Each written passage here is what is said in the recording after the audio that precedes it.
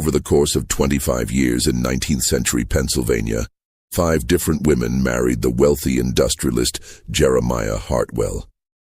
Each bride was intelligent, healthy, and full of life when she entered his grand mansion on Beacon Hill.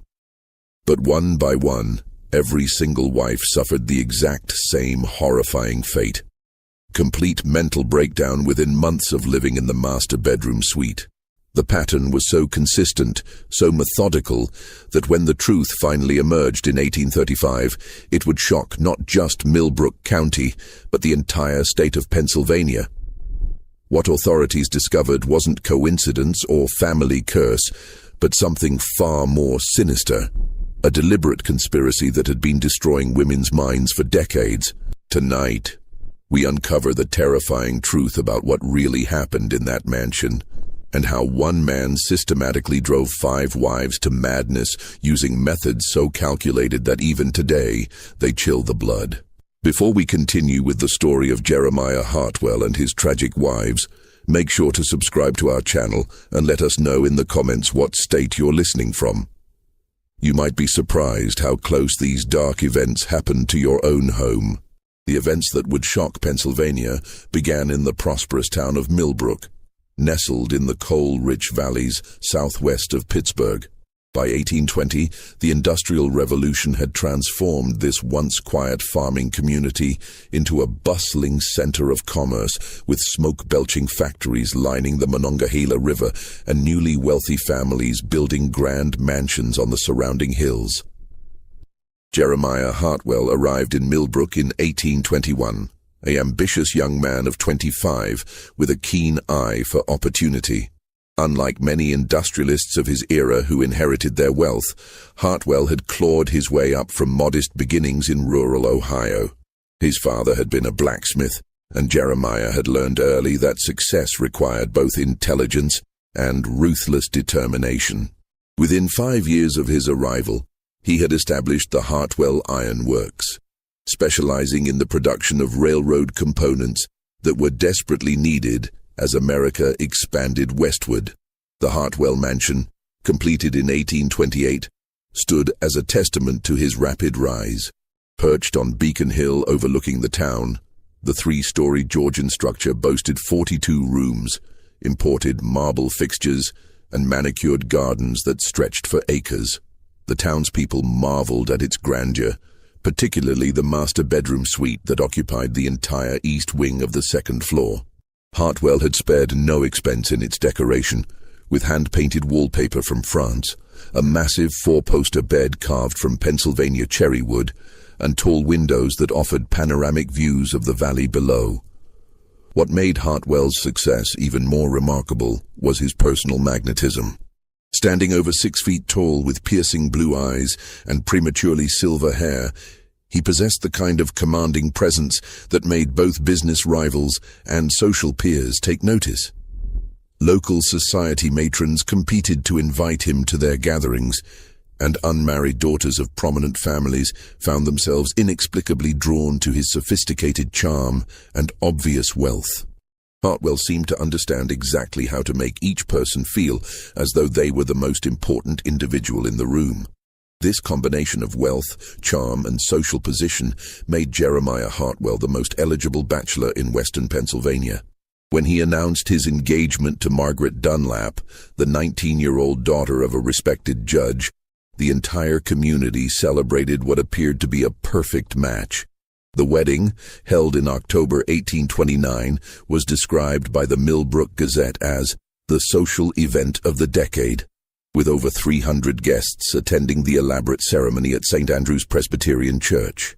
Margaret Hartwell's transformation began slowly, almost imperceptibly, in the spring following her wedding. At first, the changes seemed like the natural adjustments of a young bride adapting to married life. She had always been known for her quick wit and engaging conversation at social gatherings, but now she appeared distracted during visits, often staring out windows with a peculiar intensity that made her guests uncomfortable. Her sister, Catherine Dunlap, later recalled in a private letter that Margaret had begun speaking about the house as though it were watching her. She would stop mid-conversation and turn toward empty doorways, Catherine wrote, as if someone had called her name. When I asked what she heard, she would smile in that strange way and say, "Just the house settling, dear sister. Old houses have their own language." By summer, Margaret's behavior had become noticeably erratic. She began refusing to sleep in any room other than the master bedroom, claiming that the house felt wrong when she wasn't in her proper place. The household staff, initially charmed by their mistress's gentle nature, grew increasingly uneasy as Margaret developed what they privately called the watching habit. She would position herself at the bedroom windows for hours, not looking out at the gardens or the town below, but staring intently at her own reflection in the glass, moving her head slightly from side to side as if studying herself from different angles. The breaking point came on a humid evening in August 1830. The Hartwells were hosting a dinner party for several prominent Pittsburgh businessmen when Margaret suddenly stood up in the middle of the main course, walked to the dining room's large mirror, and began having an animated conversation with her reflection. The guests watched in stunned silence as she gestured emphatically and appeared to be arguing with the image in the glass, occasionally laughing in a high-pitched manner that no one had ever heard from her before. She kept asking her why she looked so tired, recalled Thomas Pemberton, one of the dinner guests, in his journal. But the most unsettling part was that she seemed to be waiting for answers, pausing as if the reflection was speaking back to her. When Mr. Hartwell gently tried to guide her away from the mirror, she became agitated and insisted that she wasn't finished talking yet. That night, according to the testimony of Sarah Quinn, the head housekeeper, Margaret was found at 3 a.m. standing in the master bedroom, completely naked, methodically tearing down the French wallpaper strip by strip. When Sarah entered the room, Margaret turned with a serene smile and explained that she needs to see what's underneath. The walls, when fully exposed, revealed nothing but standard plaster and wooden laths. But Margaret nodded with satisfaction, as if she had uncovered some crucial secret. Dr. Harrison Henley, the family physician, was summoned the following morning. His examination revealed a physically healthy 20-year-old woman who appeared to be suffering from what he termed severe nervous exhaustion, complicated by obsessive melancholia. In his notes, which would later become crucial evidence, Dr. Henley wrote, "Mrs. Hartwell demonstrates an unusual fixation with mirrors and reflective surfaces, coupled with an insistence that her reflection is somehow separate from herself. Most disturbing is her absolute certainty that this other self provides her with information about the house and its history." Within 2 weeks, Margaret's condition had deteriorated to the point where she required constant supervision. She had become convinced that mirrors throughout the house contained messages that only she could interpret, and she spent her days moving from reflection to reflection, carrying on detailed conversations with what she called the other Margarets. When family members tried to cover the mirrors, she became violently agitated, scratching at the cloth coverings until her fingernails bled. The final incident occurred on September 15, 1830. Margaret somehow managed to gather every mirror, piece of polished silver, and reflective surface in the mansion into the master bedroom. She arranged them in a complex pattern around the room, then spent the entire night in what the housekeeper described as a conference with her other selves. By morning, she had lost the ability to recognize anyone, including her husband, and spoke only to the reflections, which she insisted were her real family. Dr. Henley, after consulting with colleagues in Philadelphia, made the difficult recommendation that Margaret be committed to the Pennsylvania Hospital for the Insane. On a gray October morning, as autumn leaves swirled around the Hartwell mansion, Margaret was led away in a closed carriage, still calling over her shoulder to tell the others, "I'll be back soon." She would spend the remaining 43 years of her life in that institution, never recovering her sanity and never ceasing to search for mirrors in her restricted room. The commitment of Margaret Hartwell sent shockwaves through Millbrook's social elite, but the community's response revealed the complex attitudes toward mental illness that characterized the 1830s. While some whispered about hereditary madness or moral failings, most of the town's prominent families rallied around Jeremiah, viewing him as a tragic figure whose promising marriage had been destroyed by forces beyond his control. The prevailing medical wisdom of the era attributed female mental illness to a variety of causes, ranging from excessive reading to disruption of natural feminine roles. Dr. Henley's official report, submitted to the county authorities, cited Margaret's condition as likely resulting from overstimulation of the nervous system due to the sudden elevation in social position and domestic responsibilities. This explanation satisfied most observers as it aligned with common beliefs about the delicate nature of the female constitution. For 3 years following Margaret's commitment, Jeremiah Hartwell lived as a reclusive widower, maintaining his business interests but avoiding social gatherings.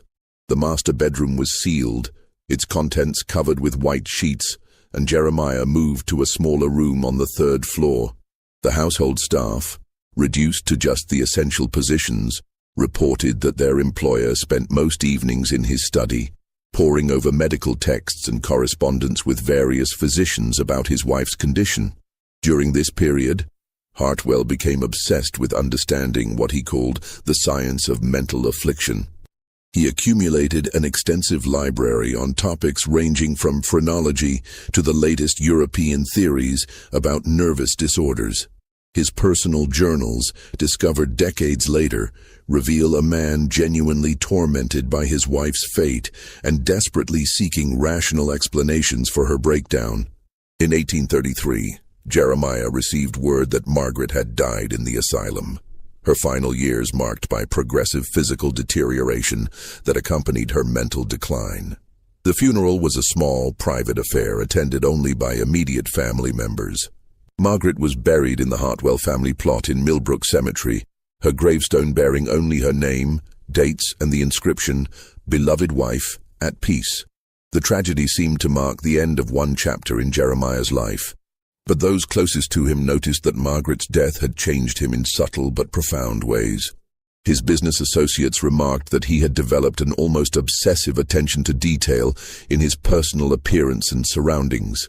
He began requiring that all mirrors in his office be cleaned twice daily, and he had developed a habit of checking his reflection frequently throughout business meetings, as if verifying that he appeared normal to others.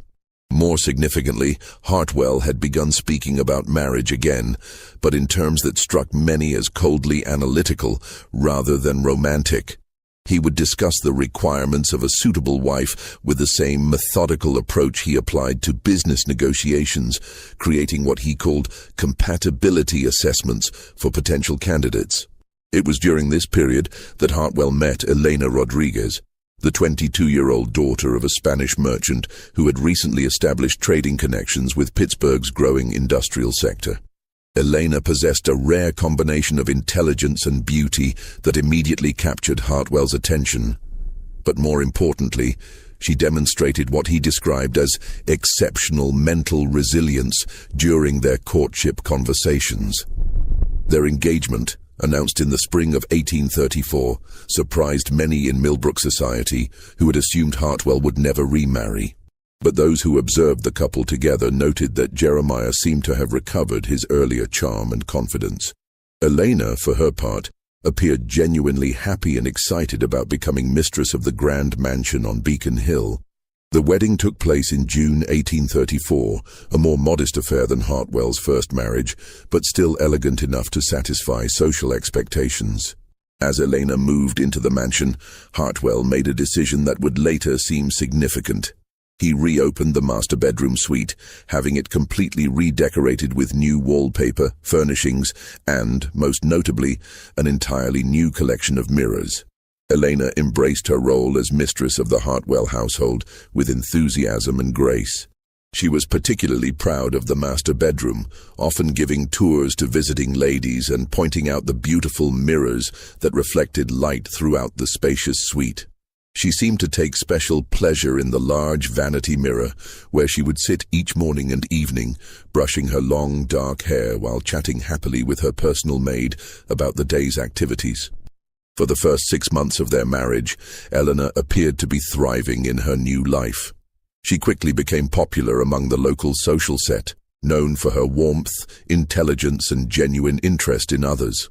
Unlike Margaret, who had been somewhat shy and reserved, Eleanor possessed a natural confidence that made her an ideal hostess for Jeremiah's business entertaining. But by the winter of 1834, those closest to Elena began to notice subtle changes in her demeanor and habits. The first signs of Elena's deterioration appeared in February 1835, manifesting in ways that were eerily reminiscent of Margaret's early symptoms, though the household staff had been strictly instructed never to discuss the previous Mrs. Hartwell's illness with the new bride. Elena's personal maid, Maria Santos, a young woman who had accompanied Elena from her father's household, kept detailed notes in her private diary about her mistress's changing behavior. These notes, discovered years later hidden in the mansion's attic, provide the most complete record of Elena's gradual transformation. Senora Elena has begun spending much longer at her vanity, Maria wrote in early February. This morning she sat brushing her hair for nearly 2 hours, but she was not looking at herself. She was staring just to the left of her reflection, as if watching someone else in the mirror. When I asked if she needed anything, she said, "She's trying to tell me something important, Maria. I must listen carefully." By March, Elena had developed what she called mirror conversations, though she insisted they were different from simply talking to herself. According to Maria's accounts, Elena would position herself before various mirrors throughout the house and engage in what appeared to be dialogues, pausing to listen and responding to unheard questions or comments. Unlike Margaret's agitated interactions with her reflection, Eleanor's conversations seemed pleasant and informative. "She tells me things about the house that I never knew," Elena confided to Maria one afternoon. "About the previous family who lived here, about the secrets hidden in the walls. She's very knowledgeable about household management too. She's given me excellent advice about organizing the staff schedules." Dr. Henley, still serving as the family physician, was discreetly consulted when Elena's behavior became more pronounced. His private notes from this period reveal his growing concern about what he termed a most troubling parallel to the previous Mrs. Hartwell's condition. However, Elena's symptoms differed in significant ways that made diagnosis difficult. While Margaret had become increasingly agitated and incoherent, Elena remained articulate, rational, and functional in all areas, except her relationship with mirrors. The turning point came in April 1835, when Elena announced to the household staff that she had learned something very important from her conversations with what she now called the Mirror Woman. She had discovered, she claimed, that the previous Mrs. Hartwell was still present in the house, trapped within the reflective surfaces and trying to warn future wives about the truth behind the walls. Elena has become convinced that the mirrors contain some form of spiritual presence, Dr. Henley wrote to a colleague in Philadelphia. However, unlike cases of religious mania or supernatural delusions I have encountered, she maintains perfect rationality in all other matters. She continues to manage the household efficiently, maintains normal social relationships, and shows no signs of the physical deterioration typically associated with mental illness.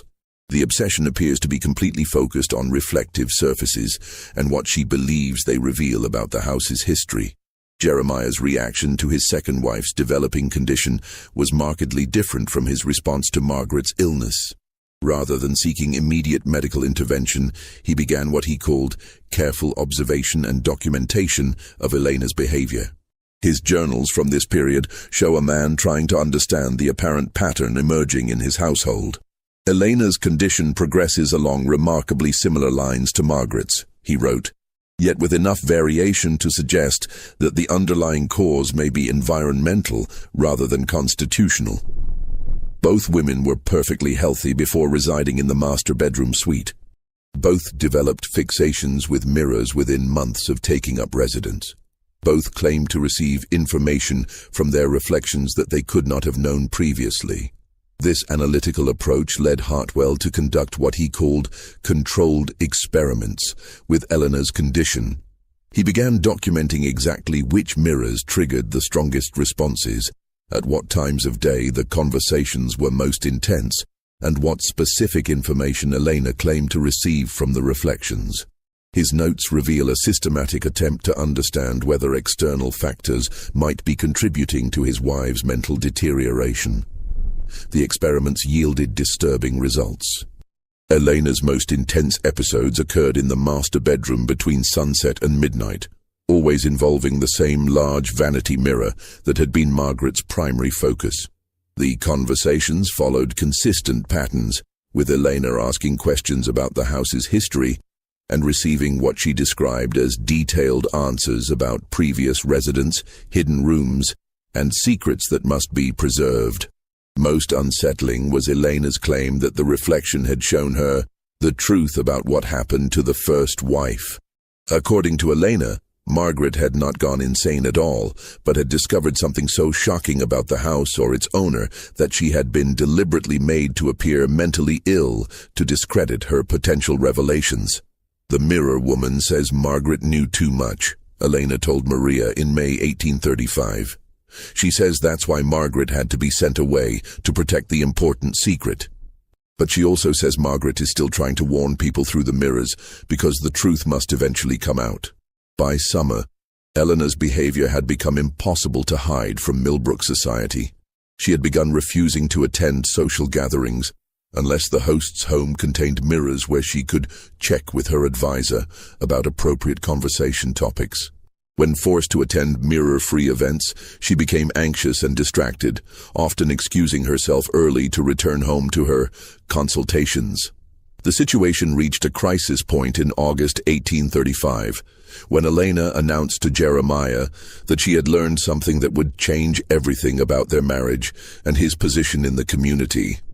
Elena's revelation came on a stifling August evening when the summer heat seemed to press against the mansion's windows like living thing. Jeremiah found his wife in the master bedroom, seated before the vanity mirror. But this time she was not engaging in her usual animated conversations. Instead, she sat perfectly still, her hands folded in her lap, staring at her reflection with an expression of profound sadness.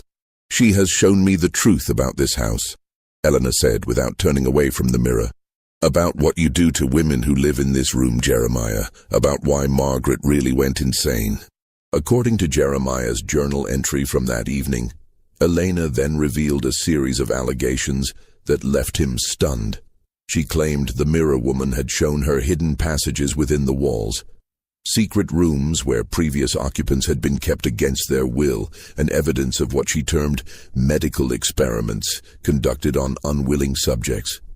Elena has constructed an elaborate fantasy involving secret chambers and clandestine activities, Jeremiah wrote. She insists that Margaret discovered evidence of these alleged crimes and that her mental breakdown was artificially induced to silence her. Most disturbing is her claim that the mirrors somehow contain memories of these events, accessible only to women who spend enough time in the master bedroom. But Elena's accusations went beyond vague conspiracy theories. She provided specific details about the mansion's construction, claiming the mirror woman had revealed the existence of hidden passages that connected the master bedroom to unused sections of the house. She described elaborate monitoring systems built into the walls, and most shocking of all, she alleged that Jeremiah had been systematically drugging his wives with substances designed to cause hallucinations and mental confusion. "The medicine you give me for my headaches," Eleanor confronted her husband that night. "It's not medicine at all, is it? She showed me what it really does, how it makes women see things that aren't there, how it makes them appear insane to outside observers." Jeremiah's response to these accusations was swift and decisive. The next morning, he consulted with Dr. Henley about Eleanor's rapidly deteriorating mental condition, emphasizing the paranoid delusions and conspiracy theories that had replaced her earlier benign conversations with mirrors. Dr. Henley, already concerned about the parallels to Margaret's case, agreed that Eleanor posed a potential danger to herself and others. Mrs. Hartwell has developed a systematic delusional structure that mirrors the earlier case in disturbing ways, Dr. Henley noted. Her insistence on hidden passages and secret activities suggests a complete break from reality, possibly exacerbated by the isolation and stress of managing a large household. I fear that without immediate intervention, she may progress to the violent episodes that characterized the final stages of the first Mrs. Hartwell's illness. But Eleanor was not ready to be quietly committed to an asylum.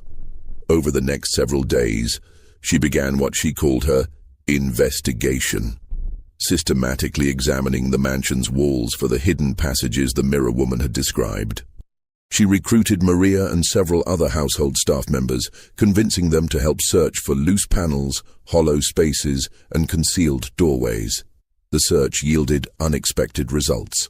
Behind a wardrobe in the master bedroom, Maria discovered a section of wall that sounded hollow when tapped. Further examination revealed a narrow panel that, when pressed, swung inward to reveal a cramped passage running between the walls.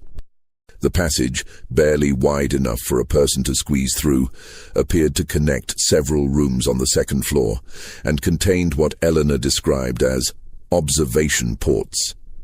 Small holes that allowed someone in the passage to see into the bedrooms without being detected. The mirror woman was right, Eleanor told Maria triumphantly. The passages are real, just as she said they would be. If this part of her story is true, then everything else must be true as well. The discovery of the hidden passages sent shockwaves through the household staff, but their impact on Jeremiah was even more profound. His journal entries from this period show a man struggling to maintain control of a situation that was spiraling beyond his ability to manage through conventional means. Elena's delusions have led to the discovery of architectural features I was unaware existed in my own home, he wrote. The previous owner made no mention of these passages during the property transfer, and I can only assume they were constructed for purposes I cannot fathom. However, Elena's interpretation of their significance has become completely divorced from rational explanation. She now views every aspect of the house's design as evidence of a vast conspiracy directed against women in general, and wives in particular. As word of Elena's discoveries spread through Millbrook's gossip networks, Jeremiah found himself facing questions he could not adequately answer. Why hadn't he known about the passages? What was their original purpose? Most importantly, how could he explain the disturbing coincidence that both of his wives had developed nearly identical forms of mental illness focused on the same bedroom and the same mirrors? The pressure intensified when Elena's father, concerned about reports of his daughter's behavior, arrived from Pittsburgh for an unannounced visit.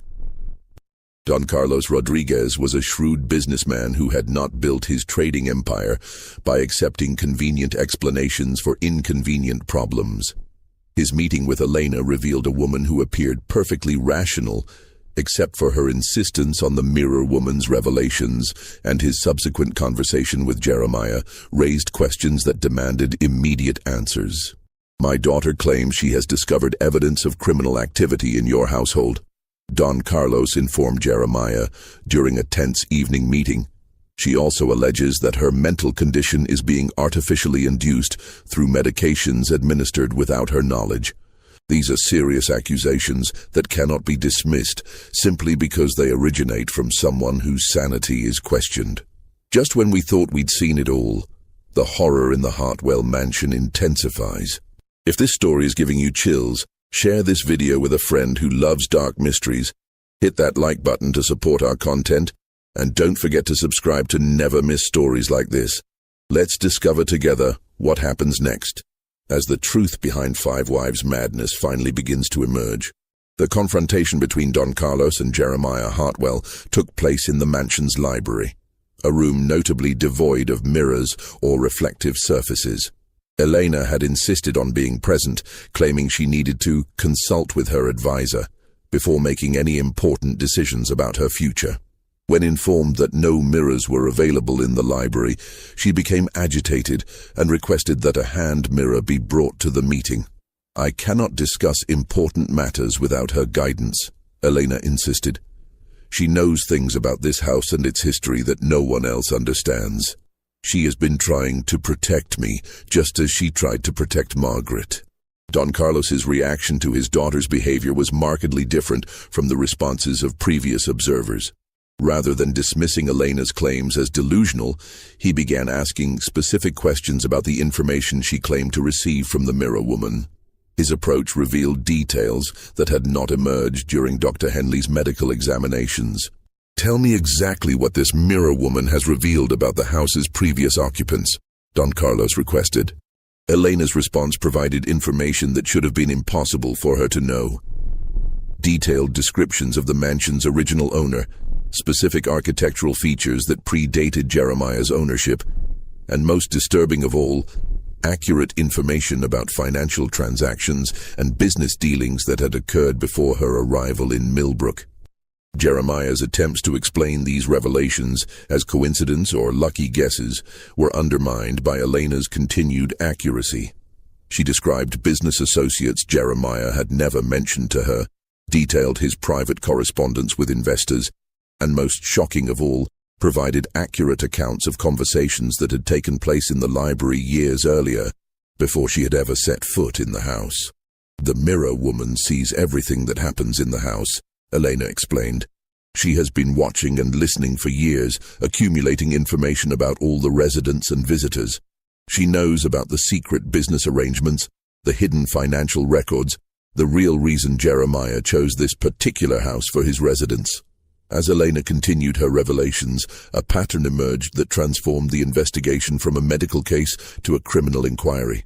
The information she provided suggested that the Hartwell mansion had been deliberately chosen for its hidden passages and observation capabilities, that Jeremiah's business success was built on information gathered through covert surveillance of his guests and competitors, and most damning of all, that his marriages were strategic arrangements designed to provide cover for activities that require the appearance of domestic respectability.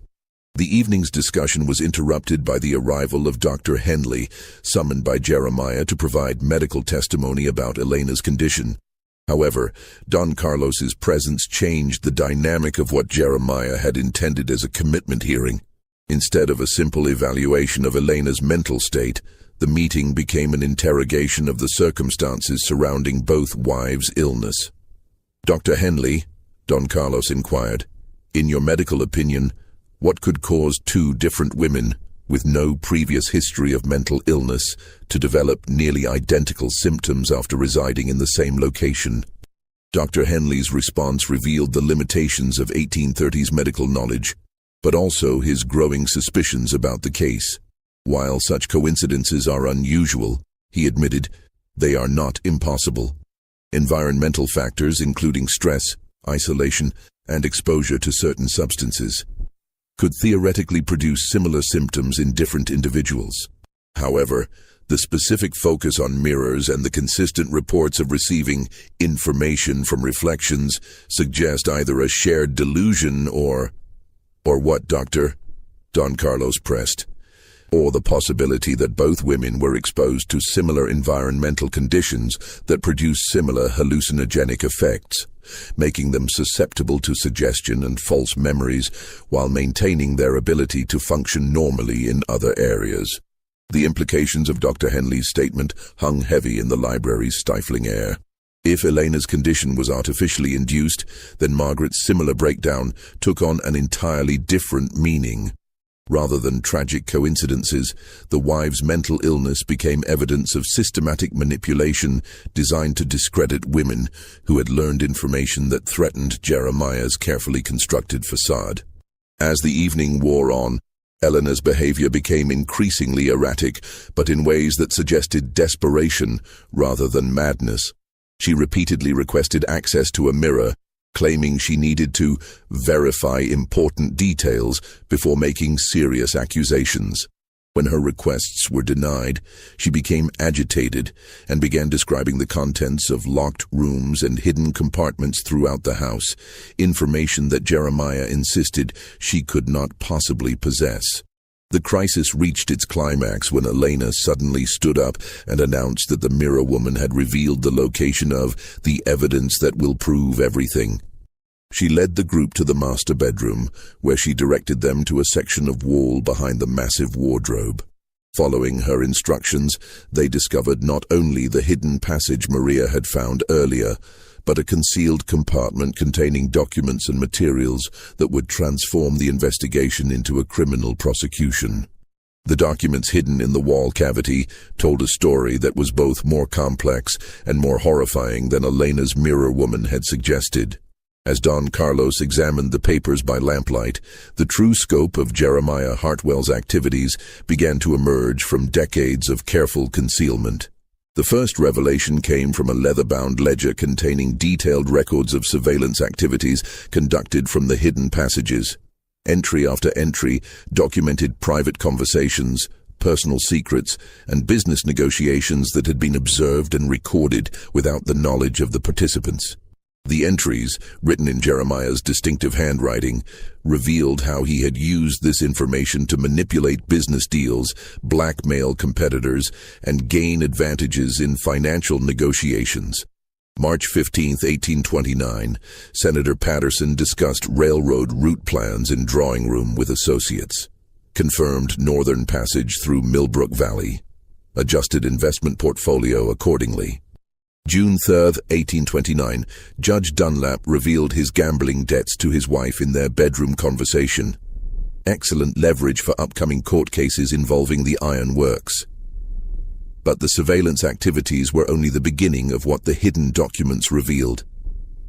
A second collection of papers, wrapped in oilcloth and tucked beneath loose floorboards, contained correspondence with a Dr. Heinrich Zimmermann, a German physician who had been conducting what he called experimental treatments for female hysteria at private institutions throughout Pennsylvania. Dr. Zimmermann's letters, written in a mixture of English and German, described a systematic program designed to induce controlled mental instability in women who posed threats to their husbands' interests. The treatments involved carefully measured doses of various substances, including mercury compounds, laudanum derivatives, and plant extracts that produced hallucinations and disorientation while leaving patients physically functional.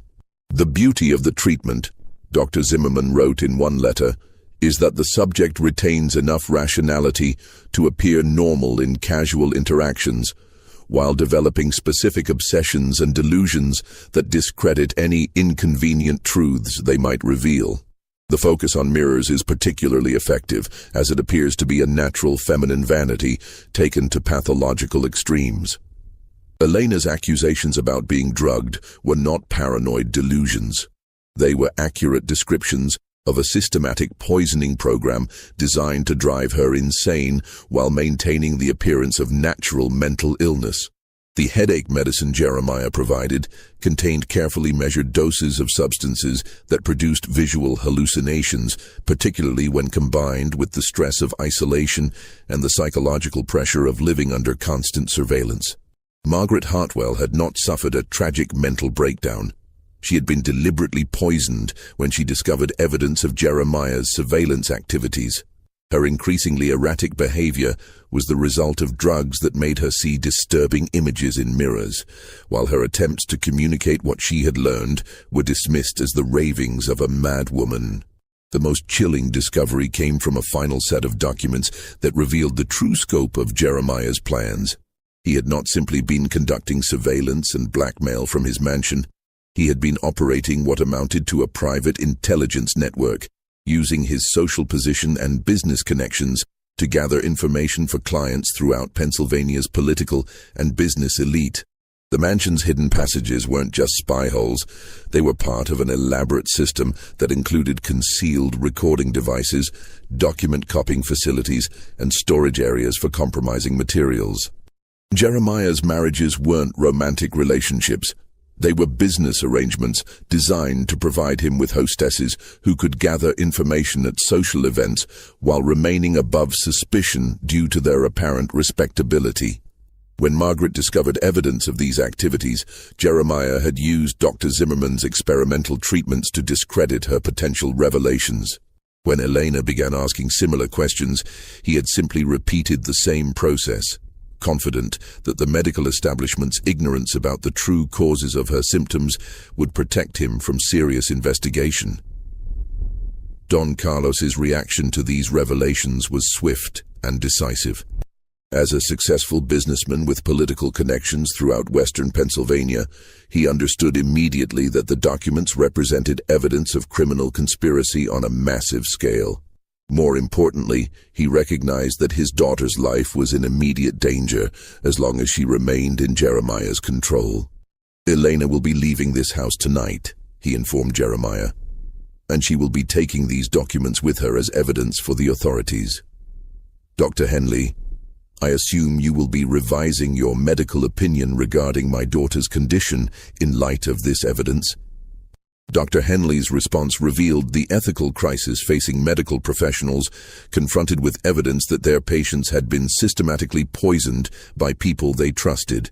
"If these documents are authentic," he said slowly, "then both Mrs. Margaret Hartwell and Mrs. Elena Hartwell were victims of deliberate poisoning designed to simulate mental illness.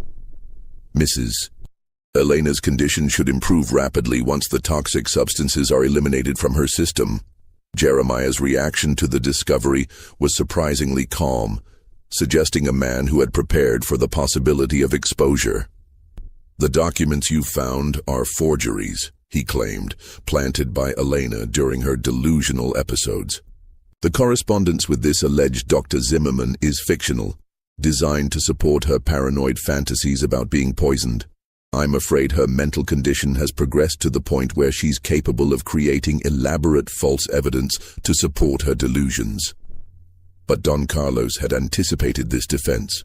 "Then you won't object to having the contents of these medicine bottles analyzed by independent chemists," he replied, producing the various compounds Jeremiah had been administering to Elena.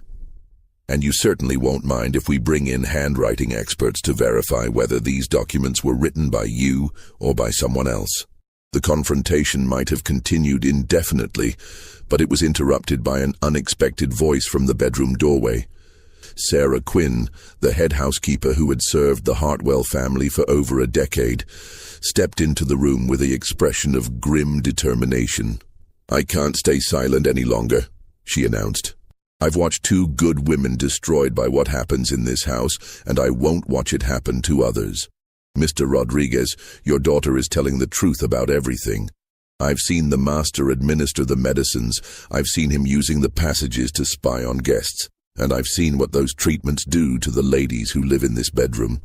Sarah's testimony provided the final piece of evidence needed to corroborate Elena's claims. As the head housekeeper, she had access to all areas of the mansion and had observed Jeremiah's activities over many years. More importantly, she had witnessed Margaret's deterioration and recognized the identical pattern beginning to emerge in Elena's behavior. "I prepared the medicines, Mr.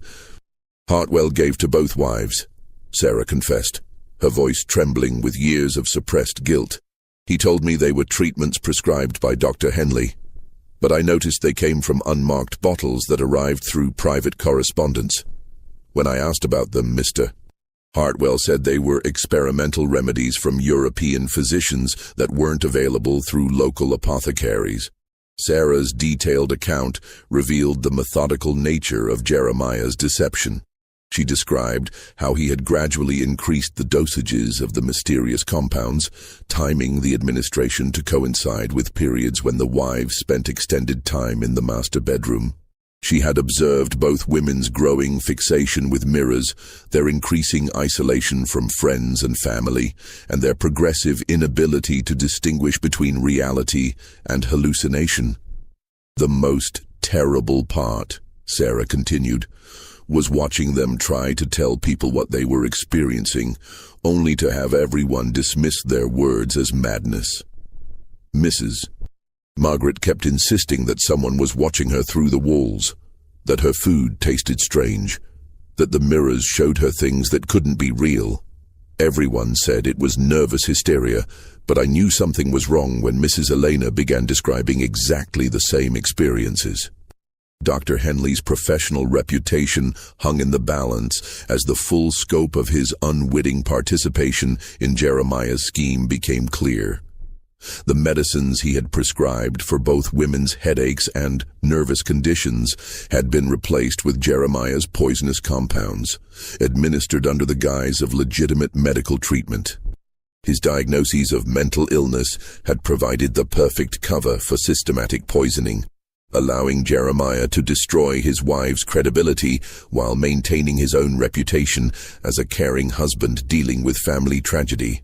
"I need to examine Mrs. Elena immediately," Dr. Henley announced, his professional composure cracking under the weight of his realization.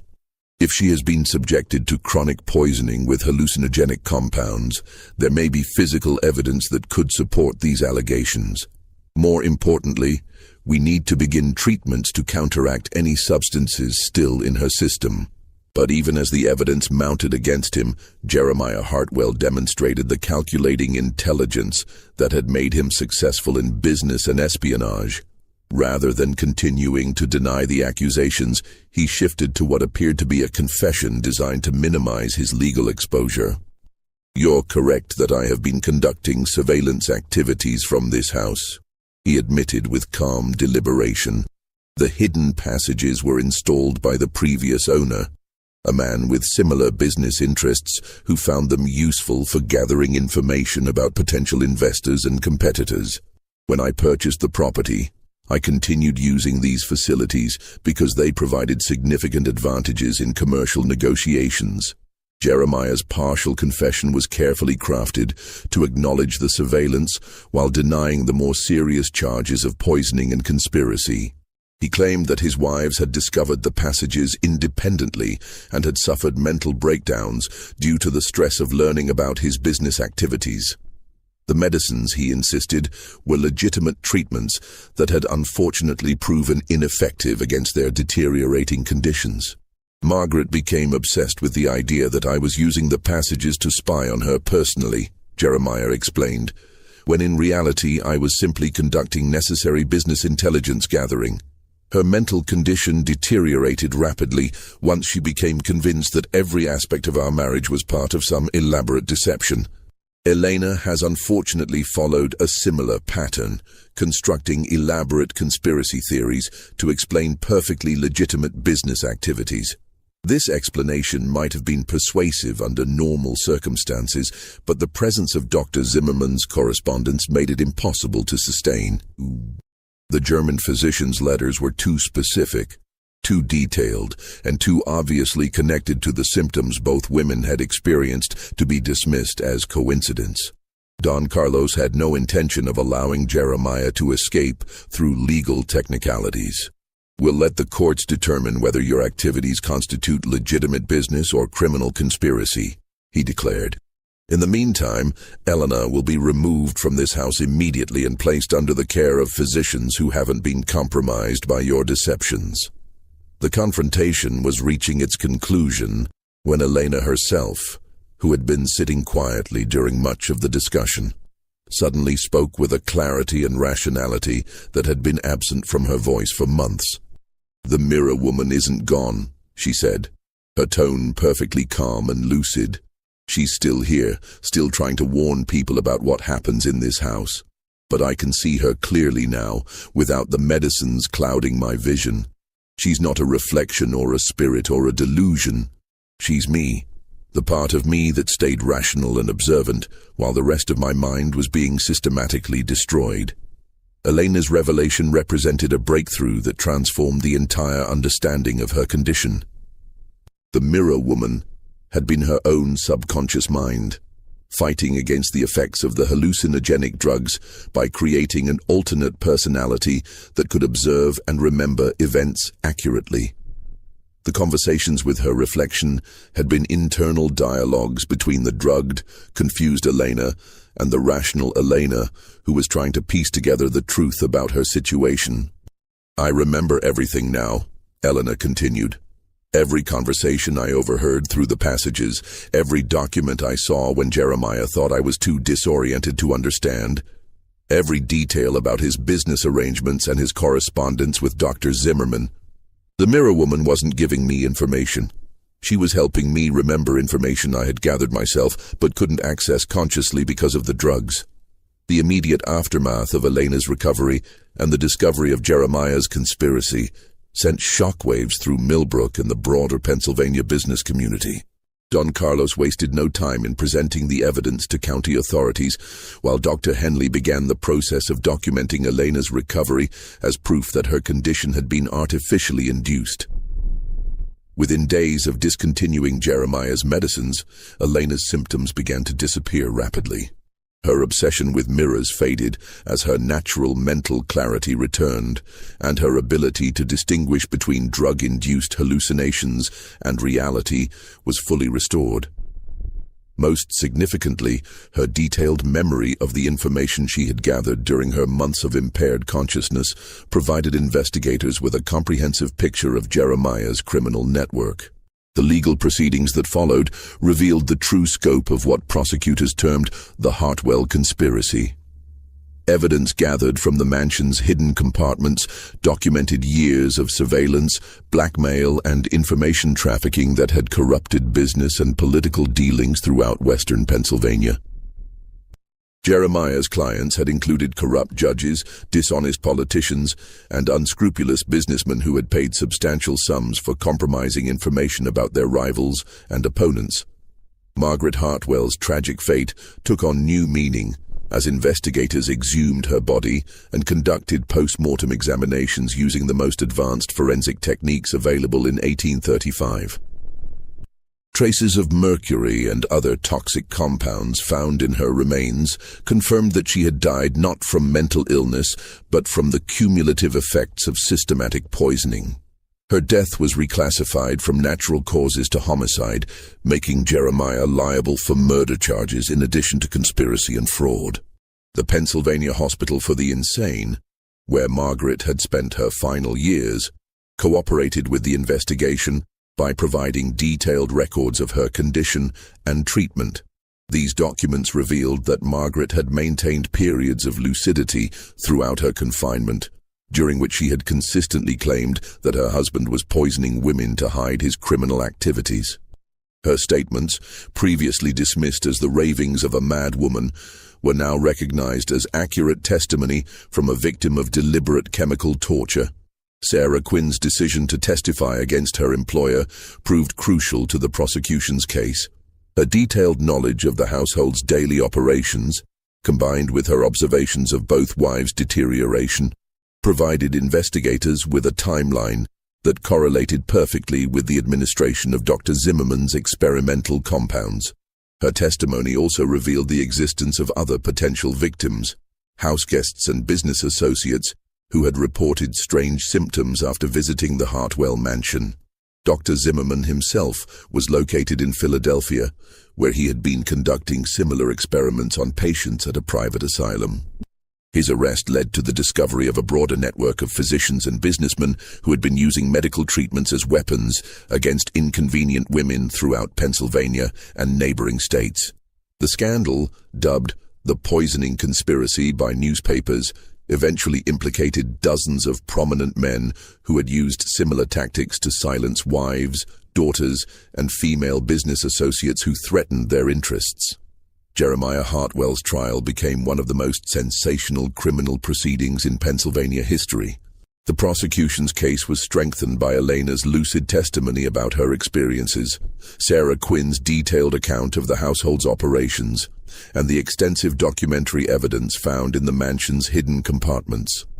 Most damaging of all was Dr. Zimmerman's decision to cooperate with authorities in exchange for reduced charges, providing expert testimony about the effects of the compounds used to poison both wives.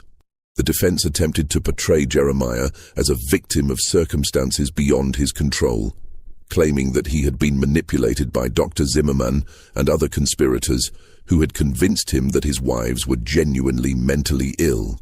This strategy failed when prosecutors presented evidence showing that Jeremiah had initiated contact with Dr. Zimmerman and had specifically requested treatments that would produce symptoms of insanity while leaving victims physically functional. The jury's verdict was unanimous.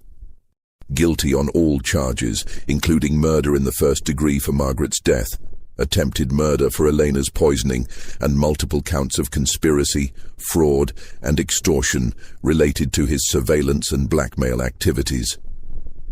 The judge's sentence reflected the severity of the crimes and their impact on the community.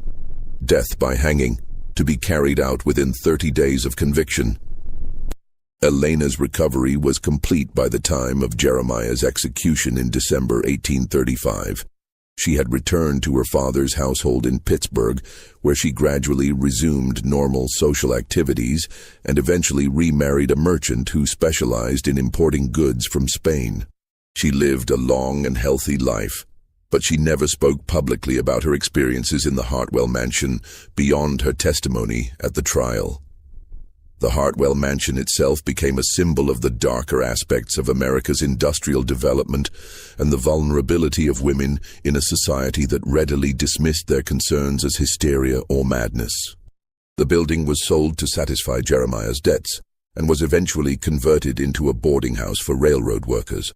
The hidden passages were sealed, the mirrors were removed, and the master bedroom was divided into smaller rooms to eliminate its associations with the tragic events. But the legacy of the Hartwell conspiracy extended far beyond the fate of one criminal and his victims. The case led to significant reforms in Pennsylvania's laws regarding the commitment of mentally ill patients, requiring independent medical evaluations and stricter oversight of private asylums. It also sparked a broader conversation about the use of medical treatments as tools of oppression and the need for better protection of women's legal rights. Dr. Henley, devastated by his unwitting participation in the poisoning scheme, devoted the remainder of his career to studying the effects of toxic compounds on mental health. His research, partly funded by compensation payments from Jeremiah's estate, contributed to the development of more sophisticated techniques for detecting poisoning and treating its effects. He also became an advocate for women's medical rights, arguing that female patients deserve the same quality of care and respect accorded to male patients. The discovery of Margaret and Eleanor's true fate raised disturbing questions about how many other women throughout America might have suffered similar treatment at the hands of husbands, fathers, or guardians who found it convenient to have them declared insane. Historical records from the period suggest that the Hartwell case was not an isolated incident, but rather one example of a broader pattern of medical abuse that may have claimed hundreds or thousands of victims whose stories were never investigated. The case also highlighted the importance of believing women who reported unusual or disturbing experiences, even when their accounts seemed improbable or contradicted conventional wisdom. Margaret and Eleanor's insistence that they were being watched, drugged, and manipulated had been dismissed as symptoms of mental illness, when in fact they were accurate descriptions of the crimes being committed against them. Today, the site of the original Hartwell mansion is occupied by a small park in what is now the Pittsburgh metropolitan area. A historical marker installed in 1985, exactly 150 years after Jeremiah's execution, commemorates the victims of the poisoning conspiracy and serves as a reminder of the importance of protecting vulnerable individuals from those who would exploit their trust and authority. The marker's inscription reads simply, "In memory of Margaret Dunlap Hartwell, Elena Rodriguez Hartwell, and all victims of medical abuse. Their courage in seeking truth despite overwhelming obstacles helped establish important legal protections that continue to safeguard patients' rights today. This mystery shows us how easily the vulnerable can be victimized by those in positions of trust and authority, and how crucial it is to listen carefully when someone reports that their reality doesn't match what others expect them to experience." What do you think of this story? Do you believe everything was revealed, or might there have been other victims whose stories were never uncovered? Leave your comment below. If you enjoyed this tale and want more horror stories like this, subscribe, hit the notification bell, and share with someone who loves mysteries. See you in the next video.